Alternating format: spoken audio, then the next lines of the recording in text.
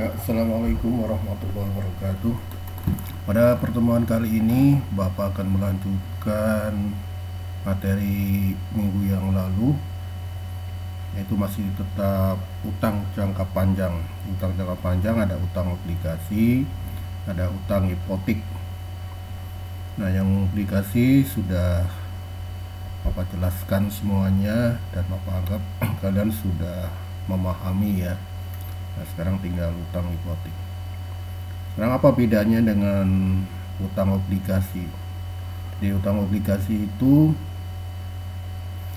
pembayarannya akan dibayar sekaligus pada saat jatuh tempo.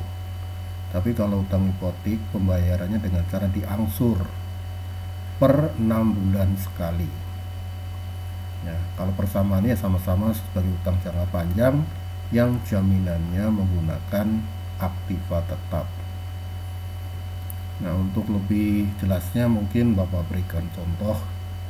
Ya, misalnya pada tanggal 1 Maret 2019 terima pinjaman hipotek sebesar 600 juta dari Bank Mandiri, bunga 12% setahun yang akan dibayar setiap tanggal 1 bulan 2 dan 1 bulan 8. Jadi untuk membayar bunga baik obligasi maupun hipotek sama, yaitu akan dibayar setiap 6 bulan sekali. Nah, kalau dalam pinjaman hipotek itu pada saat kita membayar bunga itu akan bersamaan dengan mengangsur pinjamannya. Ya, kalau di obligasi tidak, karena obligasi pinjamannya akan dibayar sekaligus nanti pada saat sudah jatuh tempo. Kemudian angsuran pertama dibayar pada tanggal 1 Agustus ya, 1 Agustus selama 5 tahun. Kemudian Bank Mandiri membebani biaya administrasi 200.000, biaya akte notaris ya. Nanti kan ada satu perjanjian antara pihak bank dan pihak debiturnya itu di hadapan notaris. Terus biaya provisi kredit 400.000. Nah, buatlah jurnal selama tahun 2019. Yang pertama adalah jurnal untuk mencatat pinjaman hipotek. Di pada saat pihak debitur menerima pinjaman hipotek dari bank, jurnalnya debit kas, debit beban administrasi bank, ini kan ada 3, jadi 200.000 tambah 150 tambah 400, jadi 750.000. Nah, kemudian utang hipoteknya itu adalah 600 juta. Jadi nanti bebannya itu langsung dipotong di muka, sehingga uang yang akan diterima oleh pihak debitur adalah sebesar 600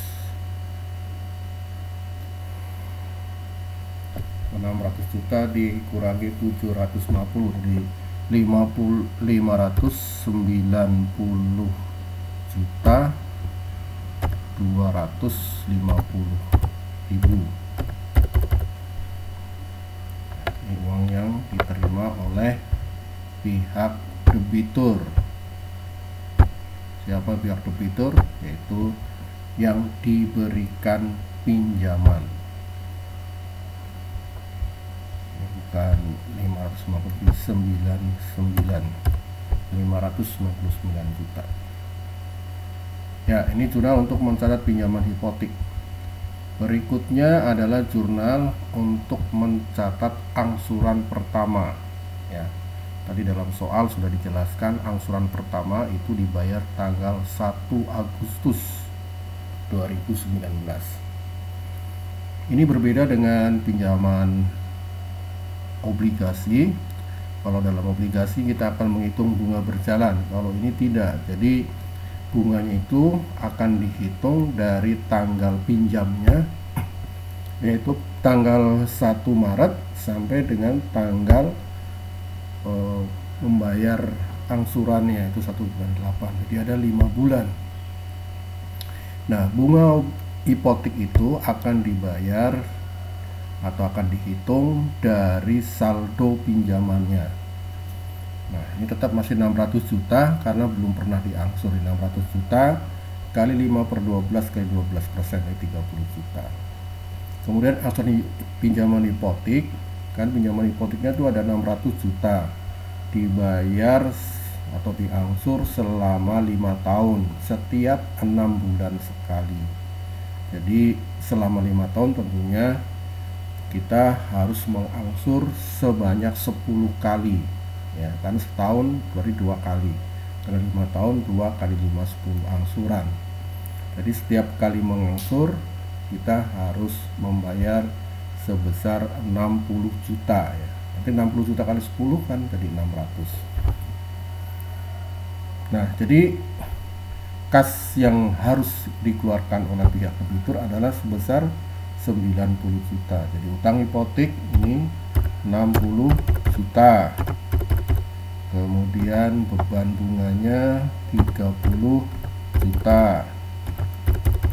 Kemudian kasnya sebesar 90 juta. Ya. Terus berikutnya, transaksi berikutnya itu kita membuat jurnal penyesuaian untuk mencatat utang bunga. Ya, utang bunga tanggal 31 Desember, sehingga utang bunga itu dihitung dari pembayaran bunga terakhir itu tanggal 1 bulan 8 ini sampai dengan tanggal 31 Desember. Ya, jadi 5 bulan kan, 8, 9, 10, 11, 12. 12-nya dihitung karena ini tanggal 30 atau akhir bulan di 5 bulan. Nah, tadi sudah Bapak jelaskan bahwa bunga hipotek, ya, itu akan dihitung dari saldonya atau dari sisa pinjamannya. Berbeda dengan obligasi. Kalau bunga obligasi selalu dihitung dari nilai nominalnya. Nah, ini berarti saldo pinjamannya ada berapa? Kan tadinya 600 juta itu utangnya, sudah diangsur sebanyak bukan 30 ya, tapi 60 juta. Ya, 60 juta kali 15%. Jadi 540 juta dikali 5. Nah, coba dihitung ada berapa. Ya, 540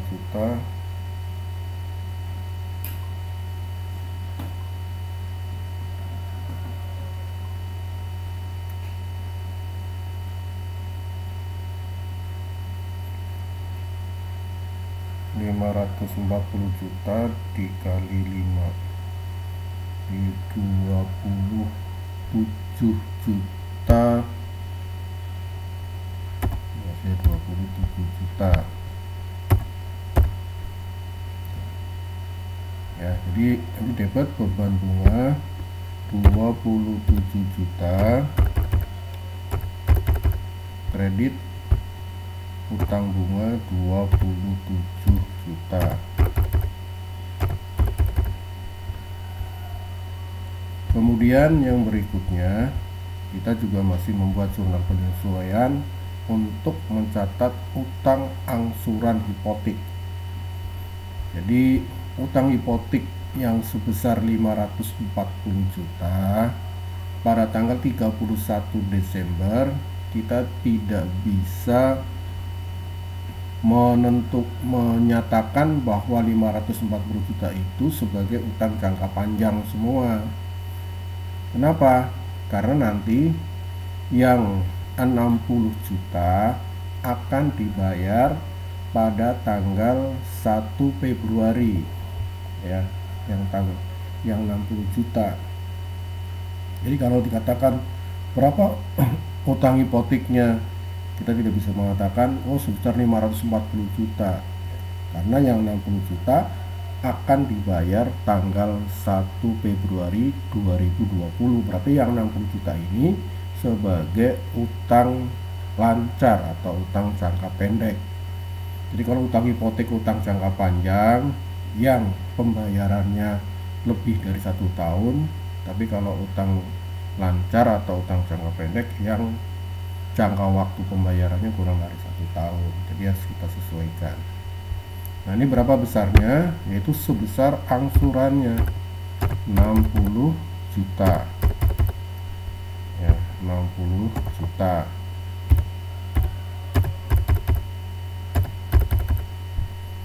Ya. Kemudian yang berikutnya tanggal 31 Desember juga, yaitu untuk mencatat penutup ya, untuk menutup atau mengenolkan saldo beban-bebannya di tahun 2019 terdiri dari beban administrasi bank dan beban bunga. Beban bunganya berapa selama tahun 2019, yaitu beban bunga yang dibayar pada tanggal 1 Agustus yaitu sebesar 30 juta, dan beban bunga utang bunga ya yaitu sekitar 27 juta. Jadi beban bunga selama tahun 2019 itu ada 57 juta ya, 50 juta. Nanti debit ikhtisar laba rugi 57 juta 750.750 dari mana? Itu beban administrasi bank ya. Tadi di atas waktu kita menerima pinjaman ya, ada perkiraan debit beban administrasi bank. Nah, ini 57 juta. Ya, jumlahkan semuanya ada 50.700. Nah, ini adalah jurnal di tahun 2019. Untuk tahun 2020 akan Bapak jelaskan pada video berikutnya. Nah, mungkin itu saja penjelasan Bapak untuk utang hipotek ya. Di utang jangka panjang ada utang hipotek, ada utang obligasi. Ya, demikian saja. Bila taufik wal hidayah. Wassalamualaikum warahmatullahi wabarakatuh.